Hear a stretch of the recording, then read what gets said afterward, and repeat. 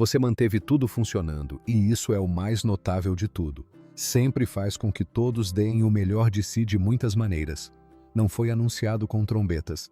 Não foi envolto em cerimônia. Chegou como uma frase silenciosa que mudou tudo. O romper da manhã. A primeira coisa que me pareceu estranha foi o silêncio. Não o silêncio tranquilo típico das manhãs frias de inverno em Londres, mas aquele que aperta o peito sem explicação. Nos corredores privados do Palácio de Buckingham, o ritmo suave habitual dos movimentos dos funcionários havia praticamente cessado. Portas que normalmente se abriam silenciosamente agora estavam trancadas. Passos que antes seguiam padrões firmes agora hesitavam em cada cruzamento. Em algum lugar no interior do prédio, um relógio badalou as horas com um som que se prolongou por tempo demais no ar. Lá fora, a cidade mal começava a despertar. Uma fina camada de geada cobria o asfalto. O céu ainda não havia decidido se ficaria cinza ou azul claro. Repórteres já se aglomeravam pressentindo algo antes mesmo de saberem o quê. Nenhum cronograma havia sido divulgado. Nenhum aviso formal havia sido emitido. Mesmo assim, o instinto lhes dizia que algo havia mudado durante a noite. A multidão formou-se silenciosamente em voz baixa, como se até mesmo especular parecesse inadequado no frio. Dentro do palácio, o rei Charles estava sentado em uma escrivaninha estreita perto da janela, com as mãos cruzadas à sua frente. Os papéis dispostos diante dele estavam perfeitamente alinhados, intocados desde que foram colocados ali. Ele já os havia lido 2 vezes. Cada palavra ressoara com uma finalidade que nenhuma reescrita poderia atenuar. Do outro lado estava o príncipe William, rígido na postura, mas com o olhar vazio. O silêncio compartilhado entre eles não era político, era pessoal. Nada na longa preparação de Charles para a coroa o havia preparado para momentos como aquele. Ele havia resistido a escândalos, tensões constitucionais, fúria pública e rupturas familiares privadas. Mas isto era diferente. Isto não envolvia estratégia defesa ou narrativa de fuga. Era o tipo de notícia que não se curvava a instituições ou tradições. Simplesmente chegava e tudo o que vinha depois tinha que ser reconstruído em torno do estrago. William não havia dormido. Isso era óbvio para qualquer um que olhasse 2 vezes. Seu maxilar estava tenso, seus ombros erguidos demais, como se seu corpo ainda não tivesse aprendido a suportar o peso do que carregava. Chegara antes do amanhecer, sem aviso prévio, ignorando completamente os escritórios externos. Ninguém o deteve. Ninguém ousaria. A expressão em seu rosto já respondia a todas as perguntas. Nenhuma palavra foi trocada a princípio. Não havia necessidade.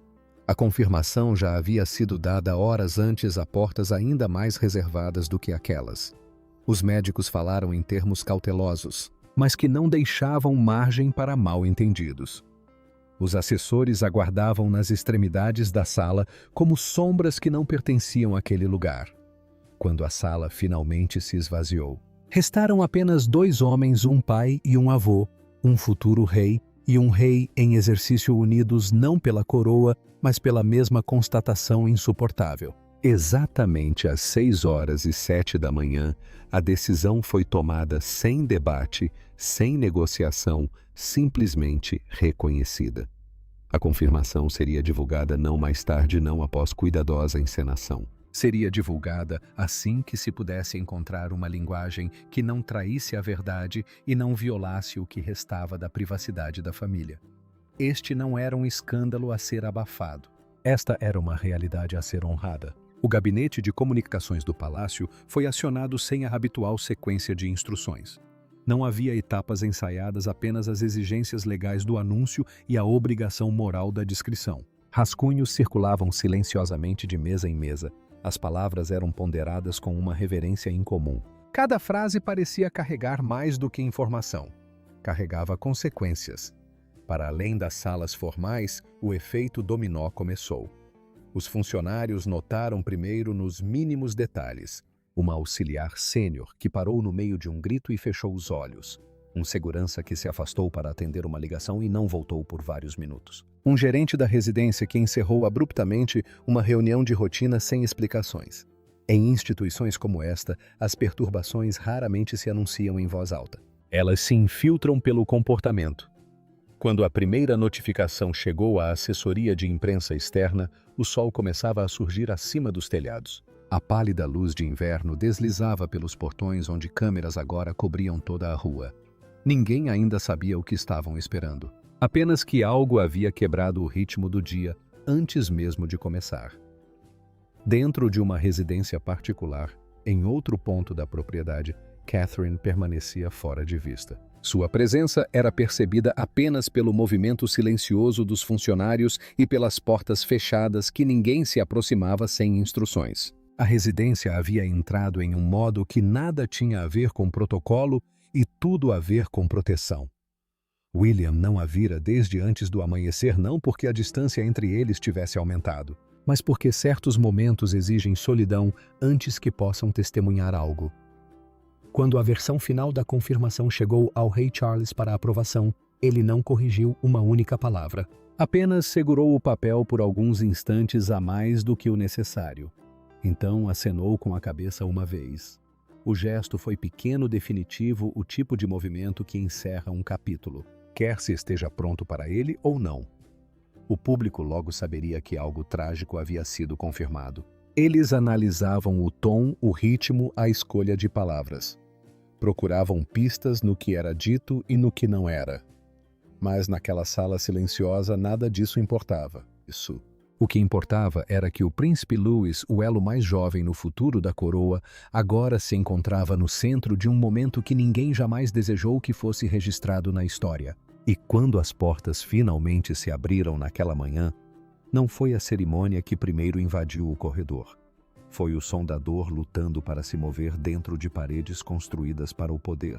Aquilo que o público nunca deveria ter visto. Muito antes da manhã que abalaria a família, antes das câmeras se reunirem e antes que uma única palavra fosse liberada, já havia mudanças sutis no ritmo diário da família Wales. Nada dramático a princípio. Pequenas mudanças que não significariam nada para o mundo exterior. A pessoa que buscava as crianças na escola foi discretamente remarcada. Uma agenda foi encurtada sem explicações. Uma série de compromissos foi retirada da agenda pública com uma linguagem tão neutra que quase se confundia com a página. O príncipe Louis sempre fora a presença mais dinâmica da casa, enquanto seus irmãos se moviam com a consciência calculada de que o mundo os observava. Louis se movia por instinto, sem o filtro de expectativas. Os funcionários frequentemente o descreviam como o vento dentro de muros construídos para a ordem. Foi isso que tornou os primeiros sinais tão perturbadores. Ele ficou mais quieto, não se retraindo de uma forma que causasse alarme imediato, mas suficientemente discreto para só ser notado posteriormente. Quando alguém começou a fazer perguntas, o padrão já estava estabelecido. Catherine foi a primeira a perceber que algo não estava certo. As mães sempre são assim. O que outros interpretavam como cansaço da rotina, ela sentia como algo mais pesado por baixo da superfície. Havia manhãs em que Louis se demorava mais do que o habitual à mesa do café da manhã. Sua inquietação de costume, substituída por uma quietude que não lhe pertencia. Havia tardes, quando sua energia se esvaía cedo demais, como se ele já tivesse vivido um dia que mal havia começado. E havia momentos em que seu riso chegava na hora certa, mas partia rápido demais. William tentou racionalizar a situação a princípio. Crianças tropeçam, as estações mudam, o crescimento é desigual. Contudo, em algum lugar profundo por trás de seu raciocínio, uma inquietação começou a se instalar e não podia ser ignorada. Ele se viu observando com mais atenção, ouvindo com maior discrição, medindo a distância entre quem seu filho havia sido e quem ele parecia estar se tornando. E nesse espaço cada vez menor entre instinto e evitação, sua certeza começou a se dissipar. A primeira consulta foi organizada discretamente e sem cerimônia, sem anúncio, sem transporte formal, sem médico público. O veículo saiu por um portão lateral antes do amanhecer e retornou antes que a casa estivesse completamente desperta. A linguagem usada posteriormente foi deliberadamente vaga, verificações de rotina, visitas de precaução. Ofereceram-se garantias mesmo quando não haviam sido solicitadas. Mas garantias que chegam sem serem pedidas muitas vezes revelam o próprio medo que pretendem esconder. Com o passar das semanas, o ritmo dentro da família continuou a mudar. George percebeu antes que alguém se desse conta. Crianças sempre percebem. Ele fazia perguntas que ninguém respondia diretamente. Ele observava seus pais mais do que o normal. Charlotte tornou-se mais gentil de maneiras que não condiziam com sua idade. A família entrou em um período de adaptação silenciosa, sem jamais nomear a que estava se adaptando. Não era negação, era proteção. A linguagem tem o poder de solidificar medos que algumas famílias ainda não estão preparadas para expressar. Fora dos muros do palácio, nada parecia incomum. Catarina permanecia fora da vista do público, sob explicações que todos já haviam aprendido a aceitar sem questionamentos. Guilherme mantinha as aparências com uma disciplina que apenas os mais próximos a ele conseguiam perceber. A instituição funcionava conforme o planejado. Conter, manter, prosseguir. Sempre fora boa nisso. O que nunca fora bom era em criar espaço para a vulnerabilidade sem transformá-la em espetáculo. A segunda consulta médica não aconteceu em segredo. Aconteceu em silêncio. Não o tipo de silêncio que evita a atenção, mas o tipo que aceita que ela já não importa.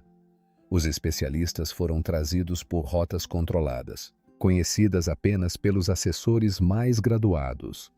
As reuniões foram mais longas, a linguagem posterior mais cautelosa. Ninguém pronunciava a palavra que pairava em cada corredor, não por superstição, mas por reverência à fragilidade da verdade antes de ser plenamente compreendida. Em algum momento durante esses dias, o clima dentro da residência mudou da incerteza para a preparação.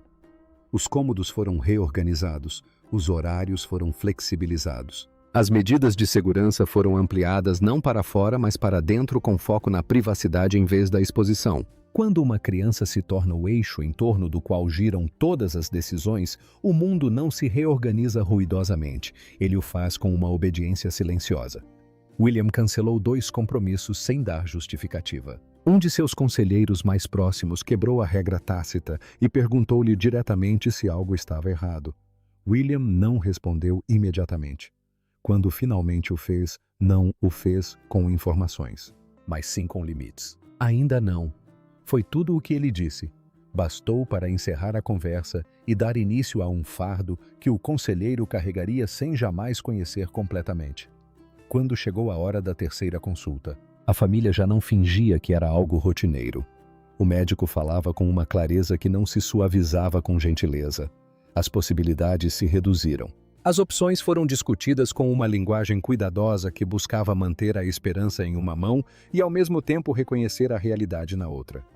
William ouviu sem interromper. Catherine não saiu da sala. O que foi dito ali jamais seria compartilhado por completo. Pertencia apenas aos 3 e à criança que era o centro de cada frase. Depois daquele dia, nada realmente voltou à sua forma anterior. A família seguiu em frente porque o movimento é o que as instituições e os pais são treinados para fazer. Mas a bússola interna havia mudado. Os dias passaram a ser medidos de forma diferente. O tempo não era mais contado por eventos e obrigações. Tudo era contado em momentos, em pequenas vitórias, em temores silenciosos que se acumulavam à noite. O público não via nada disso. Via arquitetura inalterada, tradição constante. A aparência de continuidade. Não via como Catherine parava diante de uma porta fechada por mais tempo do que o necessário. Não via como William permanecia sentado após uma reunião, muito depois de todos os outros terem saído. Não via como o coração mais jovem da família real se tornara o mais frágil. E quando chegou a manhã da confirmação, o que o mundo acreditava ser repentino já existia silenciosamente dentro das paredes por muito mais tempo do que qualquer um poderia imaginar. A sala de tomada de decisões, a sala escolhida para a reunião, não era uma das grandes câmaras de Estado. Não havia retratos observando das paredes emolduradas em ouro, nem a longa mesa cerimonial construída para a diplomacia. Esta sala era a menor, mais silenciosa, projetada para conversas que nunca deveriam ecoar além de seus ocupantes. As cortinas estavam fechadas para bloquear a pálida luz de inverno. Não para esconder o que seria dito, mas para conter a conversa. Dentro daquelas paredes, nada importava em termos de hierarquia ou pompa. Apenas a verdade. O rei Charles chegou primeiro. Já estava sentado quando os outros entraram, as mãos cruzadas frouxamente no colo, os olhos fixos não na porta, mas em um único ponto de sombra na parede oposta. Ele havia recebido atualizações preliminares em etapas ao longo dos dias anteriores. Frases cuidadosamente medidas, linguagem condicional, resultados prováveis. Mas esta manhã seria diferente. Esta manhã eliminaria a última distância restante entre a incerteza e o conhecimento. O príncipe William entrou sem escolta. Nenhum conselheiro o seguiu. Ninguém fechou a porta por ele. Ele mesmo o fez com um controle tão deliberado que beirava a fragilidade. Ele sentou-se no lugar mais próximo dos médicos, não em frente a eles, não em oposição, mas ao lado da verdade que já sentia pressionando seu peito. Catherine não estava presente. Não porque tivesse sido excluída, mas porque já ouvira o suficiente para saber que aquela sala mudaria a todos. O médico-chefe falou primeiro. Sua voz era calma, não fria nem emotiva. Calmo daquele jeito que só quem já deu notícias difíceis muitas vezes consegue ser. Ele não começou com palavras de consolo. Ele não começou com um pedido de desculpas. Começou com clareza. Os exames confirmaram o que até então permanecia apenas uma possibilidade. A condição era real. Não era passageira. Iria progredir. Charles fechou os olhos por um breve instante, não o suficiente para que alguém percebesse um colapso, apenas o suficiente para absorver o que a realeza não impede ninguém de ouvir. Quando seus olhos se abriram novamente, não havia qualquer expressão de emoção. Apenas a devastação silenciosa de um homem que vivera o suficiente para reconhecer o som da vida se dividindo em antes e depois. O médico continuou. As opções foram analisadas. Cada uma medida em semanas e meses, não décadas. A linguagem permaneceu precisa clínica. Contudo, por trás de cada frase corria a certeza tácita de que o futuro agora pertencia não à ambição, mas à sobrevivência. William não o interrompeu. Ele não fez perguntas a princípio. Suas mãos permaneceram firmes sobre os joelhos, mas sua respiração havia mudado, mais lenta, mais deliberada, como se estivesse racionando o ar contra algo que crescia dentro dele. Quando finalmente falou não, o fez como um príncipe. Fez-se como um pai. Perguntou quanto tempo. A sala não respondeu de imediato. Responda imediatamente. O silêncio voltou a instalar-se. Não por evasão, mas pelo peso da verdade que se remodelava em palavras que podiam nascer. Quando a resposta chegou, não trouxe números exatos. Trouxe intervalos. Trouxe incerteza enquadrada na probabilidade. Trouxe verdade suficiente para dissipar a ilusão sem deixar de lado a graça. O rei Charles fez apenas uma pergunta. Não sobre tratamento, não sobre prognóstico. Perguntou se seu neto estava sentindo dor. O médico respondeu com cautela. Não agora. Da maneira como a dor costuma ser imaginada. Ainda não. Mas o caminho pela frente não seria fácil. Aquela resposta o impactou mais do que qualquer previsão numérica. Charles assentiu uma vez. Ele havia vivenciado doenças o suficiente para compreender a mensagem implícita. A consulta não durou muito. Não havia mais nada a debater, nenhuma votação a ser feita, nenhuma política a ser elaborada. As decisões sobre a divulgação, o momento certo e a proteção da privacidade seriam tomadas mais tarde. Mas a verdade essencial havia sido revelada. E uma vez que uma verdade como essa entra em uma sala, ela nunca sai com as pessoas que saem. Ela permanece. Ela transforma as paredes. Quando os médicos partiram, fizeram-no em silêncio. Nenhuma garantia foi oferecida. Não porque não houvesse nenhuma, mas porque a garantia pertence àqueles que convivem com as consequências, não àqueles que as explicam. William permaneceu sentado muito depois da porta ter se fechado. Charles não se levantou. O espaço entre eles havia mudado. Eles não eram mais simplesmente pai e filho lidando com uma coroa. Eram dois homens unidos pelo mesmo medo de sobreviver a um filho que amavam. William falou primeiro. Sua voz não falhou. Essa era uma forma peculiar de quebrar a voz. Ele disse que protegeriam Louis de se tornar manchete pública. Ele disse que não haveria especulação, nem vazamentos controlados, nem condicionamento gradual da imprensa. Disse que quando chegasse a hora, a verdade seria dita sem rodeios, ou não seria dita de forma alguma. Charles concordou sem hesitar. A monarquia havia sobrevivido gerenciando a narrativa, mas aquele momento pertencia à misericórdia, não à imagem. Decidiu-se então que Catherine não seria forçada a aparecer em público enquanto o chão sob seus pés ainda tremia. Decidiu-se que George e Charlotte seriam informados com palavras escolhidas por seus pais, não por protocolo. Decidiu-se que o peso da instituição se adaptaria às necessidades de uma criança, e não o contrário, mesmo que apenas por um período. Quando William finalmente se levantou à sala, pareceu mais vazia do que antes da chegada dos outros. Charles permaneceu sentado. Há momentos em que até mesmo os reis ficam sem postura. Mais tarde, ele caminharia por corredores repletos de história, linhagem e poder, mas o faria carregando algo para o qual nenhum deles jamais o havia preparado, a possível perda do futuro mais jovem que a coroa ainda detinha. Do lado de fora da sala, o palácio continuava suas operações discretas. Mensagens eram enviadas, compromissos ajustados à rotina preservada sempre que possível, porque é isso que as instituições fazem diante da ruptura. Seguem em frente. Mas a partir do momento em que aquela porta se abriu e fechou novamente, nenhuma procissão, nenhuma cerimônia. Nenhuma época de celebração jamais pareceria intocada pelo que acabara de ser confirmado dentro daquelas paredes, e em algum lugar além daquelas paredes. Alheio às palavras que agora regiam cada respiração ao seu redor. O príncipe Louis continuou seu dia dentro de uma casa que acabara de descobrir o quão frágil seu futuro poderia ser. A criança no centro da coroa. Antes que o mundo sequer conhecesse seu nome como manchete, antes que o peso das consequências se impusesse nos aposentos construídos para o poder. O príncipe Louis era conhecido dentro da casa real por algo completamente diferente. Ele era movimento, ele era barulho, ele era a faísca imprevisível em ambientes moldados pela rotina. Enquanto seus irmãos aprendiam cedo a disciplina da visibilidade, Louis aprendia a alegria sem permissão. Ele dançava em corredores feitos para a formalidade. Ele ria alto demais em momentos em que o silêncio era esperado. Ele lembrava a todos sem querer que a monarquia ainda tinha espaço para a infância. Os funcionários sempre falavam dele de forma diferente, não com reverência, mas com carinho. Ele fazia perguntas sem esperar por respostas. Notava coisas que os outros ignoravam. Certa vez, parou toda uma comitiva de segurança porque queria mostrar a um guarda um desenho que havia feito. A demora gerou uma onda de pânico controlado que se dissipou no instante em que o guarda se ajoelhou e aceitou o papel com um sorriso.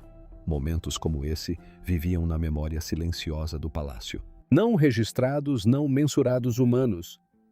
Catherine costumava dizer que Louise primeiro sentia o mundo e depois o compreendia. Ele não encarava a vida com cautela, encarava-a com entrega. Quando corria, corria com toda a sua força. Quando ria, sua risada preenchia salas que há muito haviam aprendido a conter o som. Quando chorava, não era ensaiado, era puro. Até mesmo William, treinado desde a infância para medir suas reações diante das câmeras e das consequências, permitia-se ser desprotegido perto do filho caçula de maneiras que jamais conseguiria. Em outros momentos, nas primeiras semanas do que mais tarde seria compreendido como declínio, esses traços brilhantes se suavizaram. Não foi dramático. Era algo tão sutil que poderia ter sido confundido com um cansaço comum. Mas Catherine notou que ele não percorria mais os cômodos com a mesma confiança imprudente. Como ele parava antes de subir escadas que antes subia correndo. Como ele se encostava nela com mais frequência não para chamar a atenção, mas para se sentir mais seguro. Ainda havia dias em que ele parecia o mesmo dias em que o riso retornava com toda a força e a casa respirava aliviada. Nesses dias, a esperança não parecia negação, mas sim oxigênio. Os adultos ao seu redor aprenderam a viver com essas pequenas misericórdias sem questioná-las demais. Quando uma criança sorri em meio ao medo, você aceita o sorriso. Você não exige que ela se justifique. George começou a se sentar mais perto dele sem ser instruído, sem ser incentivado, apenas movido pelo instinto de proteger o que ele ainda não conseguia nomear. Charlotte observava em silêncio. Ela sempre absorvera os ambientes em silêncio. Agora sua percepção se aguçou. Ela aprendeu antes que alguém lhe ensinasse que algo dentro da família havia mudado seu equilíbrio. William lutava mais nos espaços entre o dever público e o temor privado. Em casa, era um pai que administrava o tempo com o máximo cuidado possível. Em público, continuava sendo o herdeiro, cumprindo compromissos que se prolongavam independentemente de quem dentro do palácio mais precisasse dele. A separação não era apenas logística, era psicológica. Ele aprendeu a sair da dor em uma porta e a retornar a ela horas depois, como se alternasse entre mundos que não se reconheciam. Catherine não fez essa divisão. Permaneceu no centro emocional da casa sem construir distância. Estava presente em todos os momentos que permitiam a presença ao lado da cama, nas refeições, nas horas tranquilas em que ninguém esperava além da parede. Se existe uma linguagem que as mães falam quando as palavras falham, ela a falava fluentemente através do toque da quietude e da paciência que nunca se anunciava como força. Para Louise, o mundo continuava como sempre fora, pelo menos na superfície. As aulas ainda aconteciam. Histórias ainda eram lidas em voz alta. Brincadeiras ainda eram feitas em um ritmo mais lento. Ninguém ainda lhe contava o que o tempo explicaria mais tarde por si só. As crianças entendem mais do que lhes dizem. Mas às vezes a proteção não reside na informação, e sim em permitir que a inocência complete seu próprio ciclo. Havia momentos em que ele fazia perguntas que pairavam no ar com mais peso do que deveriam. Perguntas sobre por que se sentia cansado, por que não queria correr como antes. Porque todos o observavam às vezes quando pensavam que ele não estava olhando. Essas perguntas eram respondidas com delicadeza, mas não completamente. A verdade ainda não havia recebido permissão para chegar em sua forma plena. À noite, quando as luzes se apagavam e o palácio se aquietava, Catherine muitas vezes permanecia acordada mais tempo do que o necessário, não apenas por medo, mas pela consciência de que esses momentos estavam sendo contados agora de uma maneira que nunca haviam sido antes. Cada risada, cada história, cada passo lento em direção ao sono. O tempo havia se tornado algo sagrado e frágil em vez de algo prometido. William às vezes ficava parado do lado de fora da porta, ouvindo em vez de entrar. Não porque quisesse distância, mas porque nem sempre confiava em si mesmo para observar. A ideia de memorizar o filho no presente lhe parecia uma traição à crença de que a infância deveria se estender indefinidamente. E, no entanto, uma parte dele já compreendia que a memória estava se tornando tão importante quanto a esperança. Dentro da instituição, as discussões sobre contenção e preparação continuavam. Mas, dentro da família, nada disso importava. O que importava era a criança que ainda adorava encostar a testa na janela para observar o céu mudar ao entardecer. O que importava era o jeito como ele ainda estendia a mão para os dois pais ao mesmo tempo quando estava cansado. O que importava era o jeito como a família se adaptava à sua presença, sem nunca explicar o porquê. Quando a história finalmente olhar para trás para este momento, falará em termos de sucessão, legado e consequências. Nomeará estruturas, instituições e transformações. Mas aqueles mais próximos do centro de tudo isso se lembrarão de algo muito mais simples e muito mais significativo. Eles se lembrarão de um menino que outrora corria livremente pelos salões construídos para reis. A confirmação que mudou a casa de Windsor. Quando a confirmação estava pronta para ser divulgada, o palácio já havia mergulhado em um silêncio diferente. Não o silêncio antecipatório de quem espera uma reação, mas a quietude disciplinada que se segue a uma decisão irrevogável. As palavras foram escolhidas com precisão cirúrgica. Nada desnecessário, nada evasivo. Cada frase moldada para transmitir a verdade sem cair no espetáculo. O rei Charles e o príncipe William não falariam separadamente. Seria uma confirmação conjunta, uma frente unida não de poder, mas de luto. O momento foi escolhido deliberadamente, não tão cedo, a ponto de parecer apressado, nem tão tarde, a ponto de gerar especulações. O lançamento ocorreria no final da manhã, quando o público europeu e norte-americano poderia recebê-lo simultaneamente. O palácio sabia exatamente a rapidez com que a mensagem se espalharia. O que não sabia era a profundidade com que ela se infiltraria. Algumas notícias se propagam pelo mundo como o clima. Esta se espalharia como um terremoto silenciosa a princípio, depois por toda parte. Numa sala de comunicações menor perto dos apartamentos privados, o documento final foi lido em voz alta pela última vez. Nenhuma alteração foi feita. Nenhuma contestação legal foi levantada. Nenhum ajuste estratégico foi necessário. Todos na sala entendiam que, uma vez divulgado o texto, se tornaria história. reproduzido, examinado e levado a lugares que nenhum deles poderia controlar. Mesmo assim, ninguém questionou. As palavras não eram perfeitas, eram simplesmente honestas. Catherine não leu a versão final antes de ser publicada. Foi uma escolha consciente não por exclusão, mas por autopreservação. Algumas verdades são mais fáceis de aceitar do que de ler. William leu. Ficou sozinho perto de uma janela enquanto lia. Quando terminou, não demonstrou nenhuma reação externa. Ele dobrou o papel apenas uma vez e o colocou sobre a mesa como se fosse algo que merecesse repouso. Quando a confirmação foi divulgada, não houve alarde nenhuma prévia, nenhuma especulação prévia. A notícia surgiu como uma transmissão única e clara pelos canais oficiais do palácio. O comunicado começou com um reconhecimento, não com um pedido de desculpas. Confirmou que o rei e o príncipe de Gales estavam fazendo o anúncio juntos.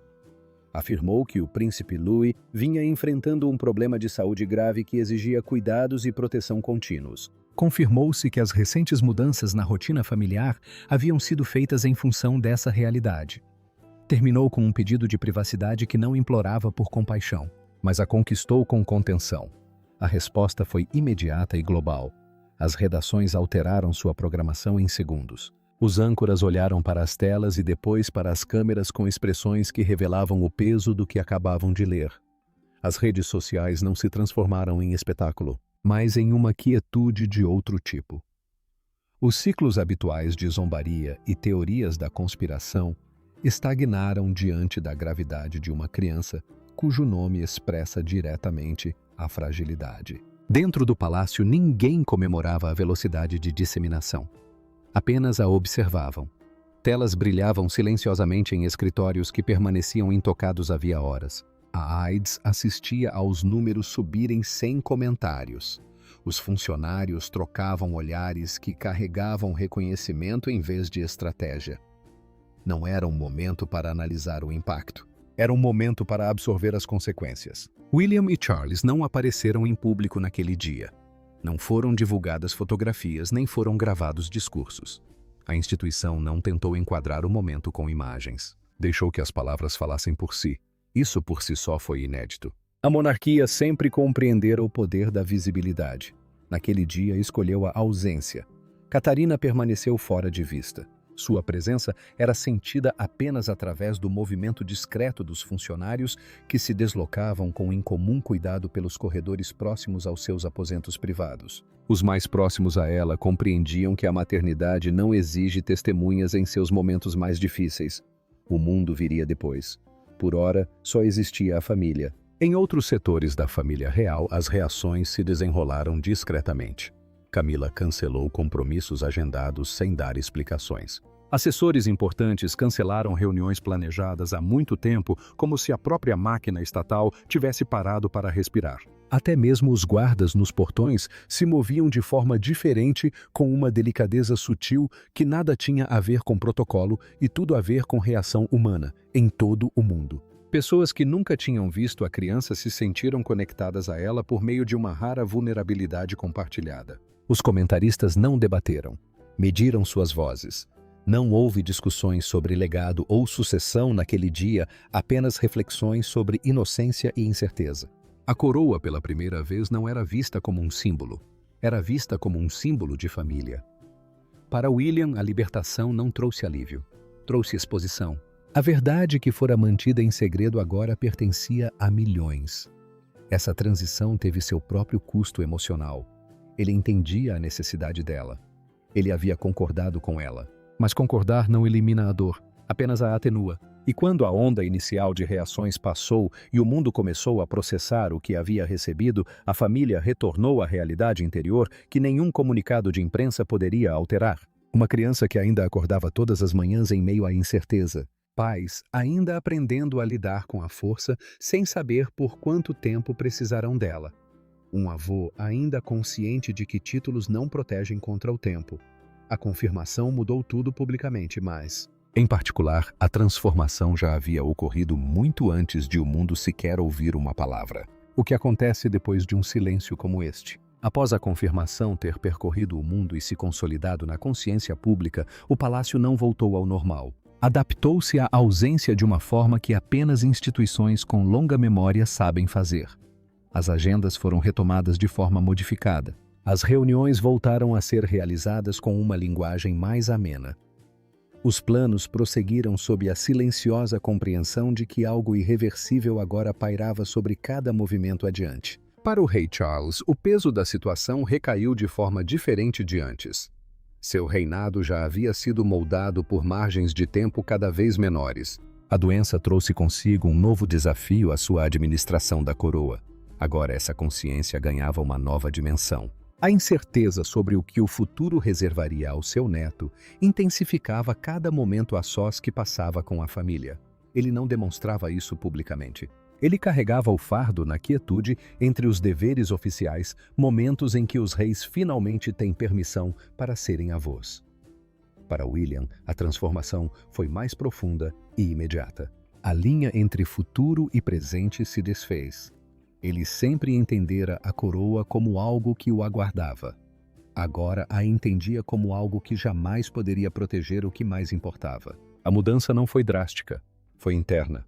Um estreitamento de prioridades, uma redução do que realmente merecia sacrifício. A ambição que outrora moldara sua longa preparação começou a ceder lugar a algo mais tranquilo e duradouro.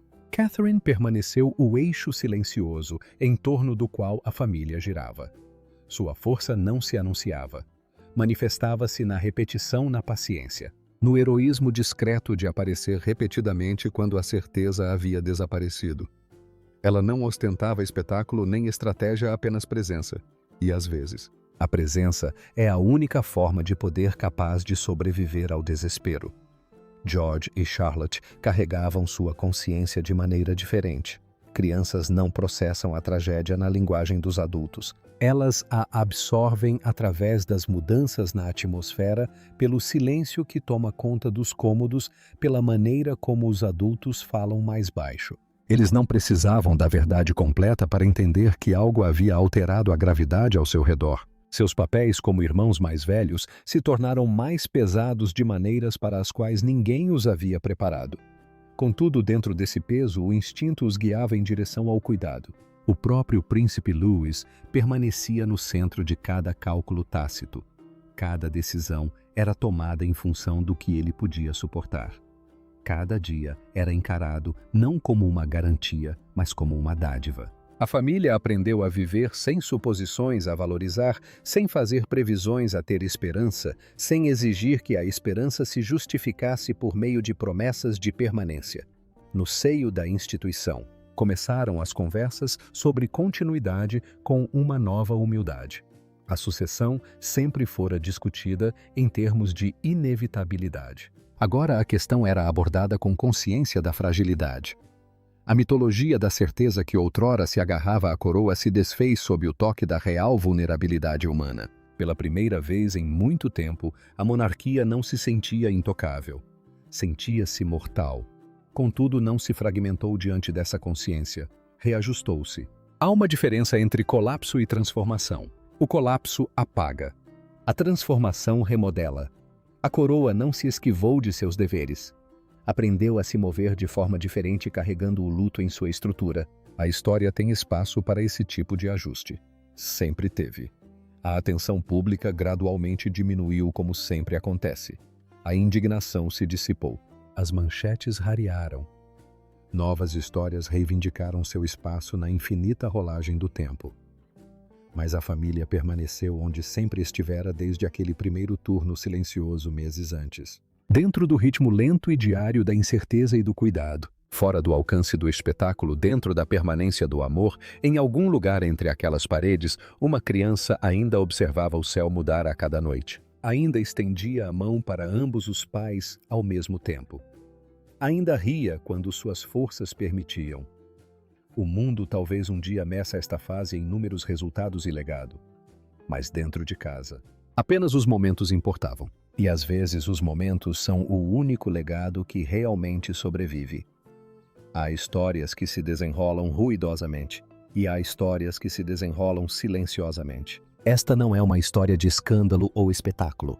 É a história de uma família confrontando os limites do poder. A fragilidade da juventude e a verdade de que nem mesmo uma coroa pode controlar o tempo. O que quer que venha a seguir não apagará o que já foi vivido. O silêncio que acompanhou essa confirmação agora reside dentro da instituição mais antiga da Grã-Bretanha. Não como fraqueza, mas como lembrete. Um lembrete de que por trás de cada título há um coração pulsando. E por trás de cada trono há uma família que, como todas as outras, caminha incerta para o desconhecido.